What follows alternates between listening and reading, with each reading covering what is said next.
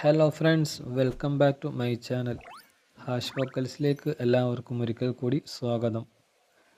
ഒരു യൂട്യൂബ് ചാനലിൽ നിന്നും നമുക്ക് കിട്ടുന്ന വരുമാനം അത് കൂടുതലും പരസ്യങ്ങളിലൂടെയാണെന്ന് നമുക്കറിയാം.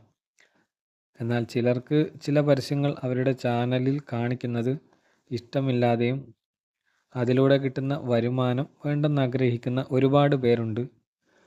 ഒരു ഉദാഹരണത്തിന് ആൽക്കഹോളുമായി ബന്ധപ്പെട്ട പരസ്യങ്ങൾ, അതിലൂടെയുള്ള റവന്യൂ എനിക്ക് വേണ്ടാന്ന് ആഗ്രഹിക്കുന്ന ഒത്തിരി യൂട്യൂബർമാർ നമുക്കിടയിലുണ്ട്.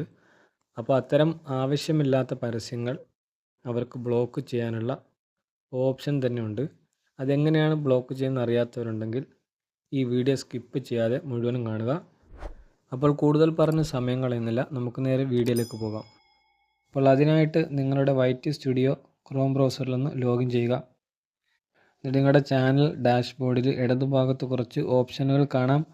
അതിൽ താഴെന്ന് മൂന്നാമത്തെ ഏണെന്നുള്ള ആ ഒരു ഓപ്ഷൻ ക്ലിക്ക് ചെയ്യുക.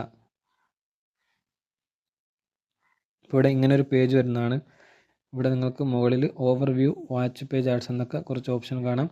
വാച്ച് പേജ് ആഡ്സ് എന്നുള്ള ഓപ്ഷൻ ക്ലിക്ക് ചെയ്യുക.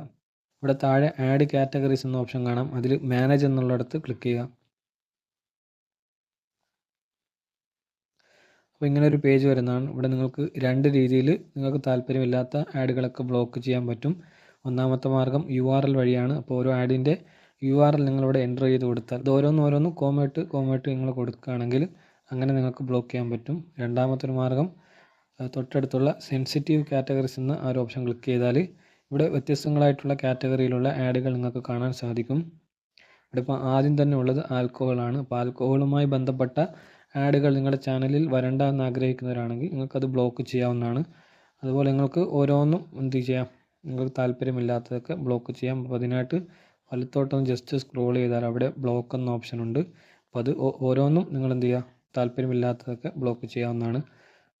അതുപോലെ തൊട്ടടുത്തുള്ള ജനറൽ കാറ്റഗറീസ് എന്ന ഓപ്ഷൻ ക്ലിക്ക് ചെയ്താൽ അവിടെ നിങ്ങൾക്ക് വ്യത്യസ്തങ്ങളായിട്ടുള്ള കാറ്റഗറിയിലുള്ള ആഡുകൾ കാണാം. നിങ്ങൾക്ക് ഇതുപോലെ തന്നെ താല്പര്യമില്ലാത്തതൊക്കെ ബ്ലോക്ക് ചെയ്യാവുന്നതാണ്.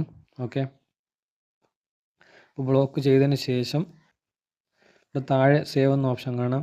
അത് നിങ്ങൾ ക്ലിക്ക് ചെയ്യുക. സേവ് കൊടുത്താൽ മാത്രമേ നമുക്ക് അത്തരം ആഡുകളൊക്കെ ബ്ലോക്ക് ആവുകയുള്ളൂ.